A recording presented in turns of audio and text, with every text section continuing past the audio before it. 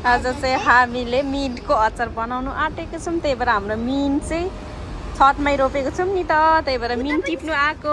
यहाँ हेर्नुहोस् कम्गे नि। अब हामीले चाहिँ मिन्टहरू टिपेर लाने, त्यसपछि के बनाउने, अचार बनाउने। यहाँ पनि हेर्न सक्नुहुन्छ हाम्रो मिन्ट। अनि यता पनि मैले त सानो सानो सारेको थिएँ, कस्तो राम्रो भएको छ। यहाँ हेर्नुहोस् न, यता पनि गाइस यता पनि छ, उता पनि छ नि। अनि यता चाहिँ हाम्रो लसुन, यता चाहिँ हाम्रो मेथीको साग मैले छरेको, यहाँ चाहिँ हाम्रो प्याज के भएछ के भयो। अनि यता चाहिँ हाम्रो चुचे खरेला। कति राम्रो छ नि यता फुलेछ। अनि कति राम्रो राम्रो छ नि। छ नि। त्यहाँभित्र नि रोपेको छु मैले, अर्को सारेको छु। ल है गाइजहरू, हामीले चाहिँ मिन्ट टिप्न आँट्यौँ। यसको टुप्पा टुप्पा यसरी यसरी के यसरी अचार बनाउने हो।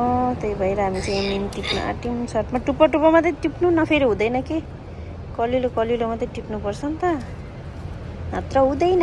हाम्रो मिन्ट चाहिँ यहाँनिर, खै प्लेट थाप्नु न यहाँनिर। ओहो हेर्नुहोस् न,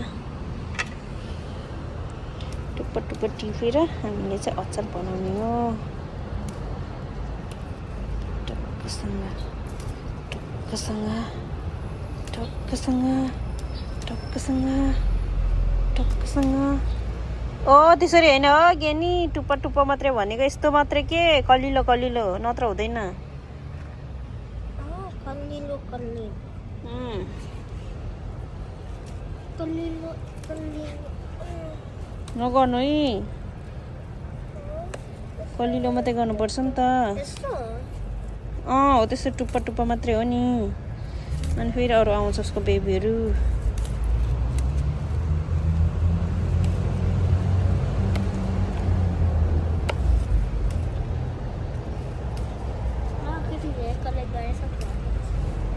ल यतिको हामीले चाहिँ अचार बनाउँछौँ है, टमाटर र यो मिन्ट। पक्रिनुहोस् त बेबी, यतातिरको एक दुईवटा टिप्छु।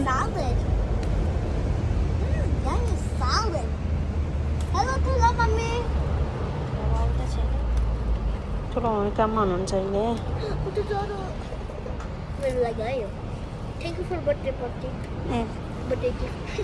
यस्तो छ। अब हामीले चाहिँ अचार बनाउँछौँ गाई, खेती गर्नु होला। टुट